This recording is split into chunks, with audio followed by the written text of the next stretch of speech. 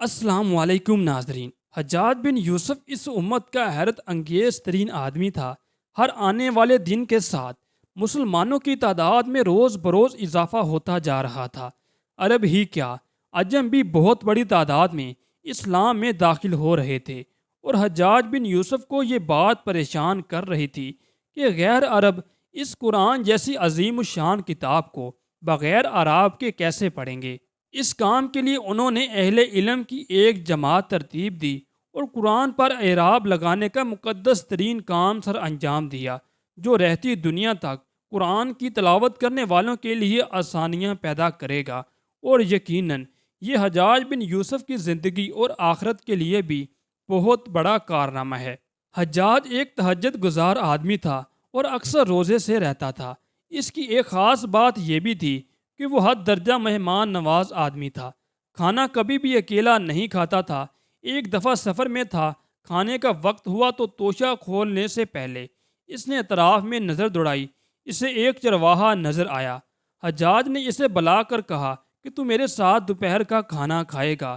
چرواہے نے جواب دیا کہ میں روزے سے ہوں۔ حجاج بن یوسف زور سے ہنسا اور بولا، ایک مسلمان کی دعوت نفلی روزے سے زیادہ افضل ہے، اس لیے تجھے روزہ توڑ کر میرے ساتھ کھانا کھانا پڑے گا۔ عماد الدین، جسے دنیا محمد بن قاسم کے نام سے جانتی ہے، وہ اسی حجاج بن یوسف کا داماد تھا، اور دیبل کی بندرگاہ سے آنے والے مظلوم لڑکی کے خط کے جواب میں اس نے اپنے 17 سالہ بھتیجے اور داماد کو کوفہ سے 1000 میل دور دیبل بھیجا تاکہ مظلوم اور بے کس مسلمانوں کی داد رسی کی جا سکے۔ اور اسی حجاج بن یوسف کی بدولت 93 ہجری 712 عیسوی اور 10 رمضان المبارک کو سندھ باب الاسلام بن گیا۔ ان تمام نیکیوں اور دین اسلام کی خدمت کے ساتھ حجاج بن یوسف کی زندگی کے دوسرا پہلو یہ بھی تھا کہ وہ اس امت کا ظالم اور جابر ترین انسان تھا۔ اس نے صرف اپنی تلوار اور اپنے ہاتھ سے بغیر کسی وجہ کے 70,000 لوگوں کا خون بہایا تھا، جبکہ 90,000 لوگ وہ تھے جو اس کے حکم پر قتل کیے گئے تھے۔ حضرت ابو بکر صدیق رضی اللہ تعالی عنہ کے نواسے اور اسماء بنت ابو بکر کے صاحبزادے حضرت زبیر کو اس نے سلیب پر لٹکایا اور 3 دن تک ان کی لاش کو لٹکتا چھوڑ دیا۔ ایک اور صحابی رسول کو عین حرم کے اندر دمبے کی طرح ذبح کروا دیا۔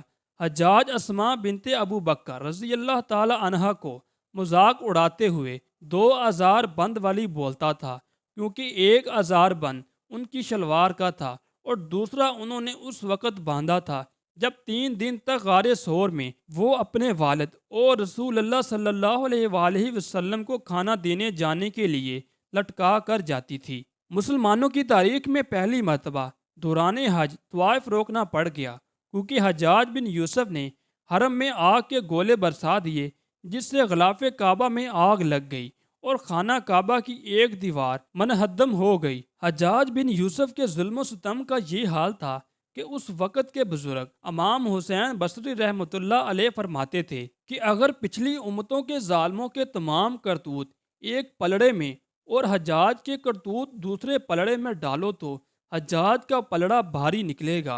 اور ایک دفعہ ایک بزرگ سے حجاج نے نصیحت کے لیے کہا تو ان بزرگ نے فرمایا، تو دوپہر تک سویا رہا کر تاکہ کم از کم دن کے پہلے پہر میں تیری شیطانیوں اور شر سے لوگ محفوظ رہ سکیں۔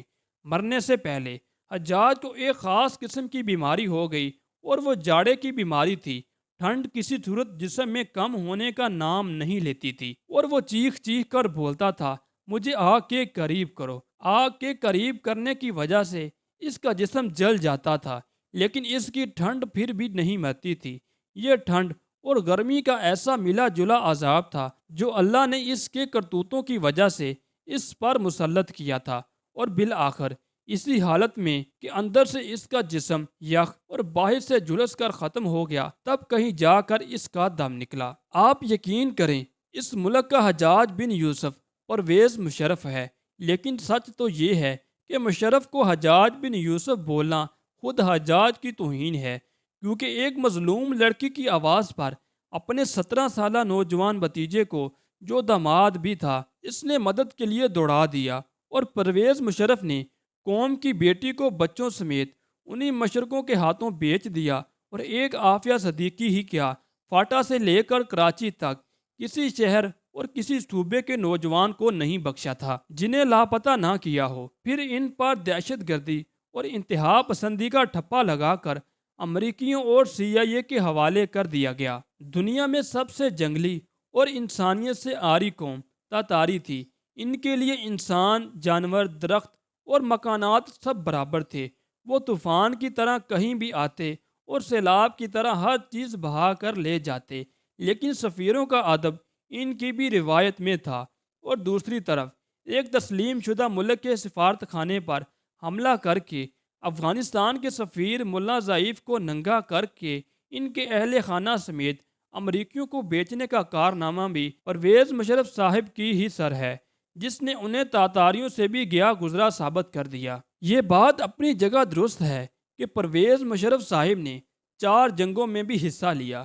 ان تمام جنگوں میں اپنے لوگوں کو، اپنی فوج اور اپنے ہی فوج کو اپنے ہی لوگوں سے مروا کر خوب ڈالر سمیٹ لیے گئے۔ اس میں کوئی حیرت کی بات نہیں ہے کہ مشرف کے دور میں معیشت بہتر تھی، اور صرف مشرف ہی نہیں، ضیاء الحق کے دور میں بھی معیشت بہت بہتر تھی۔ وہ سب سے زیادہ سستا دور تھا، کیونکہ اس وقت ہم امریکہ سے روسیوں کو مارنے کے پیسے لے رہے تھے، اور اب اپنے ہی مسلمان بھائیوں اور پاکستانیوں کو مارنے، بیچنے اور ملک کو گروی رکھنے کے پیسے ہمیں ملے تھے۔ ویسے بھی فرد واحد ڈکٹیٹر سے سودا کرنا جمہوری حکومت سے سودا کرنے سے زیادہ مشکل ہوتا ہے۔ اس لیے مودودی رحمۃ اللہ علیہ نے فرمایا کہ بدترین جمہوریت بھی بہترین آمریت سے بہتر ہے۔ بہرحال کراچی جو بہتری کی طرف گامزن تھا، اور اسے مشرف صاحب نے ایک دفعہ پھر سے آگ اور خون کے حوالے کر دیا۔ اور اس سے بھی زیادہ دلچسپ بات یہ ہے کہ لوگوں کے جسموں میں ڈرل کرنے والے، جسم کے نازک حصوں پر پگھلا ہوا تارکول ڈالنے والے، جلتی سگریٹوں سے بدن کو داغنے والے، بوری بند لاشوں، بتے کی پرچیوں، بلدیہ فیکٹری، عمارتوں سے زندہ انسانوں کو دھکے دے کر مارنے والوں کو بھی مشرف صاحب کی سزا غیر اخلاقی، غیر شرعی اور غیر قانونی نظر آ رہی ہے۔ جہاں تک رہ گئی خانہ کعبے کی چھت پر چڑھ کر باغیوں کو بھگانے کی بات، تو اول اس واقعے میں سرے سے کوئی صداقت ہی نہیں ہے۔ اگر ہوتی تو مشرف صاحب خود اس بات کا ذکر 36 دفعہ اپنی زبان سے کر چکے ہوتے، جیسا کہ وہ خانہ کعبہ کے دروازہ کھلنے کا ذکر کرتے ہیں، یا کم از کم اپنی کتاب میں ضرور لکھ دیتے۔ اور چلیے ایک لمحے کے لیے مان بھی لیں کہ ایسا ہوا بھی تھا، تو یہ فوج کے احکامات تھے۔ اگر مشرقی پاکستان میں مشرف صاحب کو اسلحہ ڈالنے اور سرنڈر کرنے کے احکامات جاری ہوتے تو وہ یہ کام بھی کر گزرتے۔ اس میں ان کے ایمان کا نہیں بلکہ فوج کے ڈسپلن کا زیادہ کردار ہوتا، اور اگر اسی بات کو ایمان کی علامت سمجھا بھی جائے تو پھر تو یہ دروازہ روز خادم الحرمین شریفین کے لیے کھولا جاتا ہے، جو وہیں بیٹھ کر پوری امت کے خون کا سودا کر رہے ہیں، اور خود پرویز مشرف پر جامع حفصہ اور لال مسجد کا جو لال خون ہے، وہ بھی ان کو اتنے سکون سے مرنے نہیں دے گا۔ اس میں پڑھنے والی نہتی اور معصوم بچیوں کو جس طرح انہوں نے فاسفورس بم مار کر پگھلایا ہے، مرنے سے پہلے ان کا جسم بھی ٹھیک اسی اذیت سے ضرور گزرے گا۔ اور نہ جانے کب انہی کے لیے علامہ اقبال نے کہا تھا، حرم رسوا ہوا پیر حرم کی کم نگاہی سے۔ اس لیے تو فرمایا، مظلوم کی بد دعا سے ڈرو، کیونکہ اس کی آہ سیدھی عرش تک جاتی ہے۔ کیونکہ کسی ماں کے لگتے جگر کو لاپتہ کرنے کے بعد اس کی آہوں، سسکیوں، آنسوؤں، امیدوں، تڑپ تڑپ کر رات میں اٹھنے اور کہیں دل کے نہا خانوں سے نکلی خون میں ڈوبی ہوئی ایک آہ کے برابر بھی یہ سزا نہیں ہے۔ اور نہ جانے ایسی کتنی بے آسرا مائیں، بہنیں، بیٹیاں، باپ اور بچے مشرف صاحب کے لیے یہی آہیں لیے بیٹھے ہوئے ہیں۔ ناظرین، اسی امید کے ساتھ آپ سے اجازت چاہتے ہیں کہ آپ کو ہماری یہ ویڈیو پسند آئی ہوگی۔ ملتے ہیں جلد ہی ایک نئی معلوماتی ویڈیو کے ساتھ، تب تک کے لیے اللہ پاک آپ کا حامی و ناصر ہو۔